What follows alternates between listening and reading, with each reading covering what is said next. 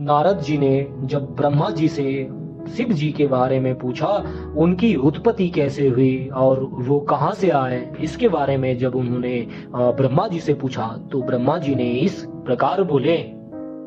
ब्रह्मा जी ने कहा, ब्राह्मण देव शिरोमणे, तुम सदा समस्त जगत के उपकार में ही लगे रहते हो। तुमने लोगों के हित की कामना से यह बहुत उत्तम बात पूछी है, जिसके सुनने से संपूर्ण लोगों के समस्त पापों का क्षय हो जाता है।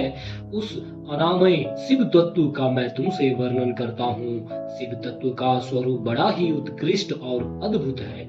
जिस समय समस्त चराचर जगत नष्ट हो गया था, सर्वत्र केवल अंधकार ही अंधकार था। न सूर्य दिखाई देते थे, न चंद्रमा, अनन्याय ग्रहों और नक्षत्रों का भी पता नहीं था। न दिन होता था, न रात। अग्नि, पृथ्वी, वायु और जल की भी सत्ता नहीं थी। प्रधान तत्व से रहित सूना आकाश मात्र शेष था। दूसरे किसी तेज की उपलब्धि नहीं होती थी। अदृष्ट आदि का भी अस्तित्व नहीं था। शब्द और स्पर्श भी साथ छोड़ चुके थे। गंध और रूप की भी अभिव्यक्ति नहीं होती थी। रस का भी अभाव हो गया था।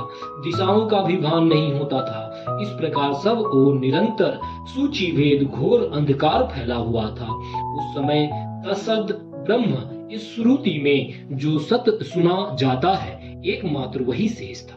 जब यह वह ऐसा जो इत्यादि रूप में निर्दिष्ट होने वाला भावात्मक जगत नहीं था, उस एक समय एकमात्र वह सत्य ही शेष था, जिसे योगी जन अपने हृदय काश के भीतर निरंतर देखते हैं। वह सत्य तत्व मन का विषय नहीं है। वाणी की भी वहां तक कभी पहुंच नहीं होती। वह नाम तथा रूप रंग से भी शून्य है। वह न स्थूल है, न कृश है, न ह्रस्व है, न दीर्घ तथा न लघु है, न गुरु। उसमें न कभी वृद्धि होती है, न ह्रास। श्रुति भी उसके विषय में चकित भाव से है। इतना ही कहती है, अर्थात उसकी सत्ता मात्र का ही निरूपण कर पाती है। उसका कोई विशेष विवरण देने में असमर्थ हो जाता है। वह सत्य ज्ञान स्वरूप, अनंत परमानंद, परम ज्योति स्वरूप, अप्रमेय, आधार सहित, निर्विकार, निराकार, निर्गुण, योगी गम्य, सर्वव्यापी, सबका एकमात्र कारण, निर्विकल्प, निरारंभ, माया शून्य, उपद्रव रहित, अद्वितीय, अनादि, अनंत, संकोच विकास से शून्य तथा चिन्मय है। जिस पर ब्रह्मा के विषय में ज्ञान और अज्ञान के पूर्ण उक्तियों द्वारा इस प्रकार विकल्प किए जाते हैं, उनके कुछ काल के बाद द्वितीय की इच्छा प्रकट की। इसके भीतर एक से अनेक होने का संकल्प उदित हुआ। तब उस निराकार परमात्मा ने अपनी लीला शक्ति से अपने लिए मूर्ति मीन्स आकार की कल्पना की। वह मूर्ति संपूर्ण ऐश्वर्य गुणों से संपन्न, सर्व ज्ञानमयी, शुभ स्वरूपा, सर्वव्यापिनी, सर्वरूपा, सर्वदर्शिनी, सर्वकारिणी, सबकी एकमात्र बंदिनी, सर्वाधा, सब कुछ देने वाली और संपूर्ण संस्कृतियों का केंद्र थी। उस शुद्ध रूपिणी ईश्वर मूर्ति की कल्पना करके वह अद्वितीय, अनादि, अनंत, सर्व प्रकाशक, चिन्मय, सर्वव्यापी और अविनाशी पर ब्रह्मा अंतरहीन हो गए। जो मूर्ति रहित पर ब्रह्मा है, उसकी मूर्ति चिन्मय आकार भगवान सदाशिव है। बारचीन और प्राचीन विद्वान उन्हीं को ईश्वर कहते हैं। उस समय एकाकी रहकर स्वेच्छानुसार विहार करने वाले उन सदाशिव ने अपने विग्रह से स्वयं ही एक स्वरूप भूता शक्ति की सृष्टि की, जो उनके अपने श्रीअंग से कभी अलग होने वाली नहीं थी। उस पराशक्ति को प्रधान, प्रकृति, गुणवती, माया, बुद्धि तत्व की जननी तथा विकास रहित बताया गया है। वह शक्ति अंबिका कही गई है। उसी को प्रकृति, सर्वेश्वरी, त्रिदेव जननी, नित्या और मूल कारण भी कहते हैं। सदाशिव द्वारा प्रकट की गई उस शक्ति के 8 भुजाएं हैं। उन शुभ लक्षण देवी के मुख की शोभा विचित्र है। वह अकेले ही अपने मुखमंडल में सदा एक सहस्त्र चंद्रमाओं की कांति धारण करती है। नाना प्रकार के आभूषण उनके श्रीअंगों की शोभा बढ़ाते हैं। वह देवी नाना प्रकार की गतियों से संपन्न है और अनेक प्रकार के अस्त्र शस्त्र धारण करती है। उनके खुले हुए नेत्र खिले हुए कमल के समान जान पड़ते हैं। वह चिंतनीय तेज से जगमगाती है। वह सबकी योनि है और सदा उद्यमशील रहती है। एकाकिनी होने पर भी वह माया संयोग साथ अनेक हो जाती है।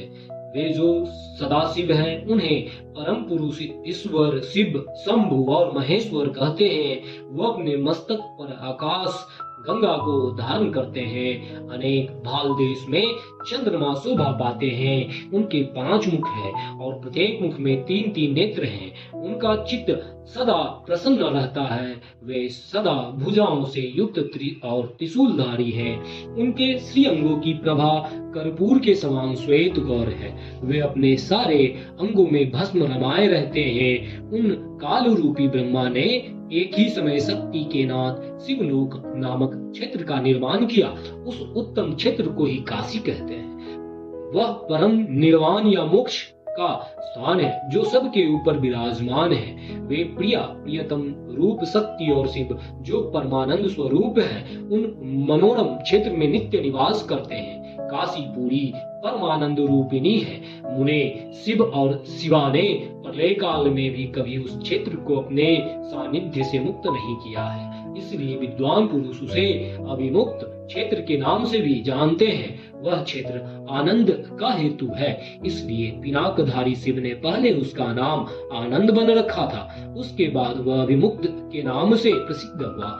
देवर से एक समय उस आनंद वन में रमन करते हुए शिव और शिव के मन में यह इच्छा हुई कि किसी दूसरे पुरुष की भी सृष्टि करनी चाहिए, जिस पर यह सृष्टि संचालन का महान भार रखकर हम दोनों केवल काशी में रहकर इच्छा अनुसार विचरे और निर्वन धारण करे।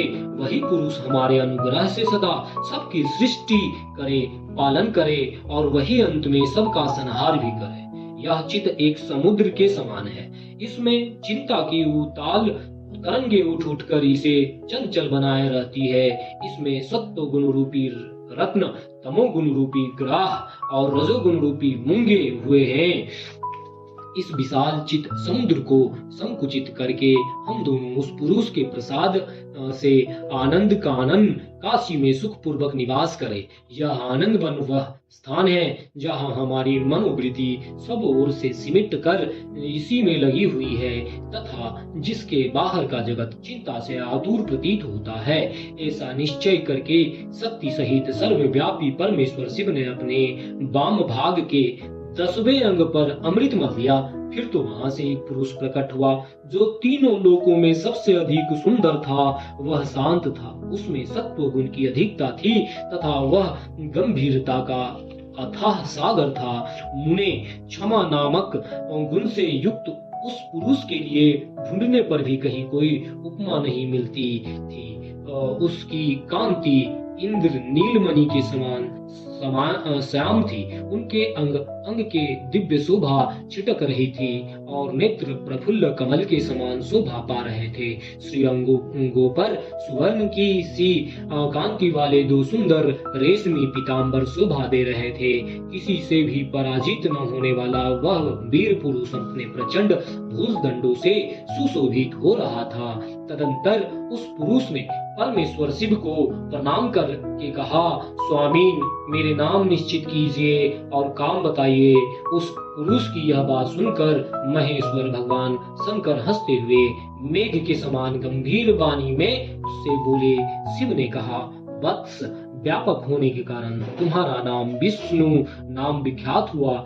इसके सिवा और भी बहुत से नाम होंगे जो भक्तों को सुख देने वाले होंगे। तुम सुस्थिर उत्तम तप करो क्योंकि वही समस्त कार्यों का साधन है। ऐसा कहकर भगवान शिव ने श्वास मार्ग से श्री विष्णु को वेदों का ज्ञान प्रदान किया। तदंतर अपनी महिमा से कभी च्युत न होने वाले श्री हरि भगवान शिव को प्रणाम करके बड़ी भारी तपस्या करने लगे और शक्ति सहित परमेश्वर शिव भी पार्षद गणों के साथ वहां से अदृश्य हो गए। भगवान विष्णु ने सुदीर्घ काल तक बड़ी कठोर तपस्या की। तपस्या के परिश्रम से युक्त भगवान विष्णु के अंगों से नाना प्रकार की जलधाराएं निकलने लगी। यह सब भगवान शिव की माया से ही संभव हुआ। महामुने, उस जल से सारा सुना आकाश व्याप्त हो गया। वह ब्रह्म रूप जल अपने स्पर्श मात्र से सब पापों का नाश करने वाले सिद्ध हुआ। उस समय थके हुए परम पुरुष विष्णु ने स्वयं उस जल में शयन किया। वे दीर्घ काल तक बड़ी प्रसन्नता के साथ उसमें रहे। नार अर्थात जल में शयन करने के कारण ही उनका नारायण यह श्रुति सम्मत नाम प्रसिद्ध हुआ। उस समय उन परम पुरुष नारायण के सिवा दूसरी कोई प्राकृतिक वस्तु नहीं थी। उसके बाद ही उन महात्मा नारायण देव से यथा समय सभी तत्व प्रकट हुए। महामते विद्वन, मैं उन तत्वों की उत्पत्ति का प्रकार बता रहा हूँ, सुनो। प्रकृति से महत तत्व प्रकट हुआ और महतत्व से तीनों गुण। इन गुणों के भेद ही त्रिविध अहंकार की उत्पत्ति हुई। अहंकार से 5 तंत्र मात्राएं हुई और उन तंत्र मात्राओं से 5 भूत प्रकट हुए। उसी समय ज्ञानेंद्रियों और कर्मेंद्रियों का भी प्रादुर्भाव हुआ। मुनिश्रेष्ठ, इस प्रकार मैंने तुम्हें तत्व की संख्या बताई। इसमें पुरुष को छोड़कर शेष सारे तत्व प्रकृति से प्रकट हुए हैं, इसलिए सब के सब जड़ है। तत्व की संख्या 24 है। उस समय एक आकार हुए 24 तत्वों को ग्रहण करके वे परम पुरुष नारायण भगवान शिव की इच्छा से ब्रह्म रूप जल में सो गए।